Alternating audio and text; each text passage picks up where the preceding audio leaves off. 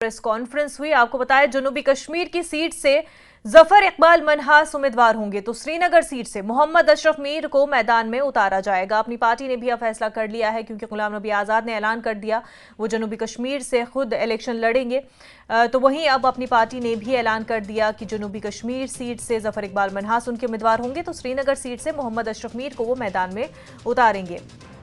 हमारे साथ रिफत अब्दुल्ला बरकरार बने हुए हैं। रिफत, बात करें बीजेपी की, तो बीजेपी अपने जो तमाम तैयारियां हैं वो जम्मू पर पूरा फोकस किए हुए हैं। उनकी कैंपेन होने जा रही है, उनकी रैलियां होनी जा रही है। तो ऐसे में ये जो कयास आराइयां की जा रही हैं कि बीजेपी जो है कश्मीर की 3 सीटों पर जो है या तो जो लोकल पार्टीज अभी वजूद में आई हैं उनका सपोर्ट करेंगे या तो इंडिपेंडेंट कैंडिडेट्स का सपोर्ट करेंगे, उसका कैसा असर रहेगा।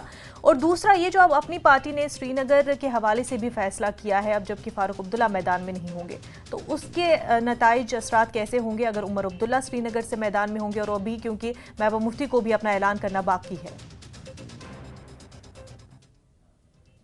बीजेपी की बात करें, जम्मू में उनका स्ट्रांग होल्ड है, चाहे वो उधमपुर की सीट हो या जम्मू की सीट हो, क्योंकि जिगल किशोर हैं और साथ ही डॉक्टर जतिंदर सिंह है वहां से मेंबर पार्लियामेंट। तो ऐसे में उनका जो फोकस कश्मीर पे रहा है वो ऐसा रहा है कि वो यहां पे ज्यादा से ज्यादा वोट हासिल करना चाहते हैं। हालांकि जो गृह मंत्री हैं अमित शाह, उन्होंने साफ कर दिया कि उनकी कोशिश ये है कि यहां पे वो स्ट्रांग तरीके से वोट बैंक अपना बनाएं। हालांकि वो जीतने के लिए उतने उत्साहित नहीं है, लेकिन सबकी नजरें इस चीज पे थी, क्या गुलाम नबी आजाद को बीजेपी साउथ कश्मीर में सपोर्ट कर रही है, यानी अनंतनाग राजौरी पार्लियामेंट सीट पे क्या उनको सपोर्ट मिल रहा है। अगर वहां पे वो कैंडिडेट खड़ा कर देते हैं अपना, उसका मतलब है कि डायरेक्टली उनको सपोर्ट नहीं किया जाता है, इनडायरेक्टली सबको पता है क्या हो रहा है क्या नहीं हो रहा है। लेकिन ऐसा समझा जाएगा कि बीजेपी वहां पे फिर अपना वोट बैंक बचाना चाहती है, क्योंकि जो अनंतनाग को राजौरी और पुंछ के साथ जोड़ा गया, जो डिलिमिटेशन हुई, क्या एक डिलिमिटेशन का फायदा बीजेपी को होगा, क्या वो पहाड़ी वोट हासिल कर पाएंगे, क्योंकि पहाड़ियों को रिजर्वेशन मिली है।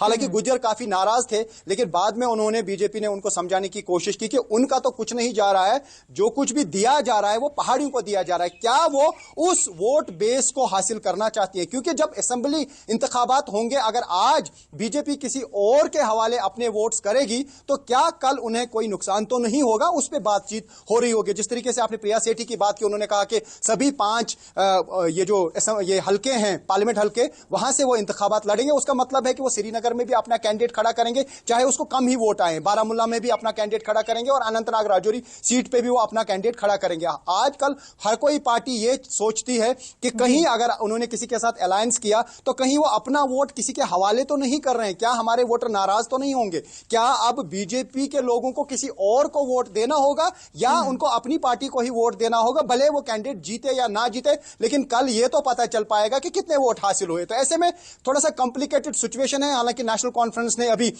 खाली अनंतनाग पार्लियामानी सीट के लिए मियां अल्ताफ का नाम अनाउंस किया, बाकी श्रीनगर में कौन लड़ रहा है, बारामूला में कौन लड़ रहा है, यह भी एक बड़ा फैक्टर होगा। क्या उमर अब्दुल्ला बारामूला से लड़ेंगे, वो एक बड़ा फैक्टर हो सकता है। क्या वो श्रीनगर से इंतखाबात लड़ेंगे, क्योंकि जो डिलिमिटेशन हुई, आपको शायद मालूम होगा कि पुलवामा और पापोर के एरियाज जो हैं उनको अब श्रीनगर के साथ जोड़ा गया है, अनंतनाग पार्लियामानी सीट से काटा गया। इसी तरीके से बारामूला के साथ बीरवा कॉन्स्टिट्यूएंसी जो डिस्ट्रिक्ट बडगाम की हुआ करती थी या श्रीनगर पार्लियामानी हल्के की हुआ करती थी, उसको जोड़ा गया और बडगाम को भी अब बारामूला के साथ जोड़ा गया। यही वजह है कि नेशनल कॉन्फ्रेंस ये भी चाहती थी कि आगा रूहुल्ला को नॉर्थ कश्मीर से यानी बारामूला पार्लियामानी सीट से चुनाव लड़वाया जाए, क्योंकि उनकी अपनी कॉन्स्टिट्यूएंसी अब श्रीनगर के बजाय बारामूला में आती है। तो ये डिलिमिटेशन का ये जो सिस्टम हुआ, उसने पुराना जो एक्सरसाइज आज तक पिछले कई बरसों से होती आई है उसको टोटल जो अभी तक जो स्टैटिक्स हुआ करते थे, जिस तरह से हम कैलकुलेट किया कर पाते थे कि कौन सी पार्टी का कितना वोट बेस है, कहां पर है, डिलिमिटेशन के बाद वो कैलकुलेशन जो है, क्योंकि अब नए सिरे से किया जाएगा,